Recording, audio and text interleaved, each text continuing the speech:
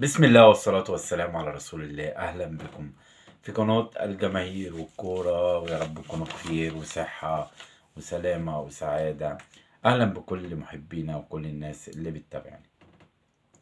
إن شاء الله بإذن الله معانا فيديو جديد النهاردة، وهنتكلم عن موعد ومباراة النادي الأهلي ويانج أفريكانز في الجولة الثانية من دوري أبطال أفريقيا دوري المجموعات.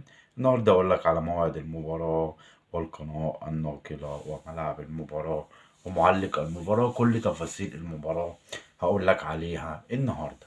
بس ما تنساش الاشتراك وتفعيل زر الجرس واللايك الجميل والمشاركة للفيديو عشان يوصلك كل جديد.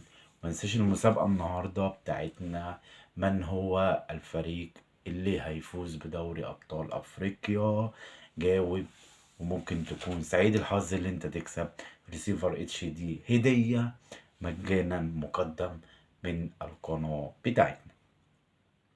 يلا بينا عشان ما اطولش عليك. موعد لقاء النادي الأهلي ويانج أفريكانز التنزاني في دوري المجموعات الجولة الثانية.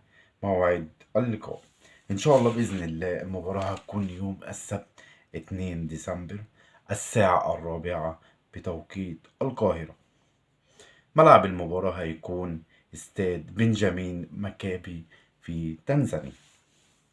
القناة الناقلة للمباراة هي قناة بي ان سبورت 6. معلق المباراة هيكون علي محمد علي. بنتمنى التوفيق للنادي الأهلي، واللي هو يفوز ويحصل على ال6 نقاط عشان خاطر يحتل قمة المجموعة.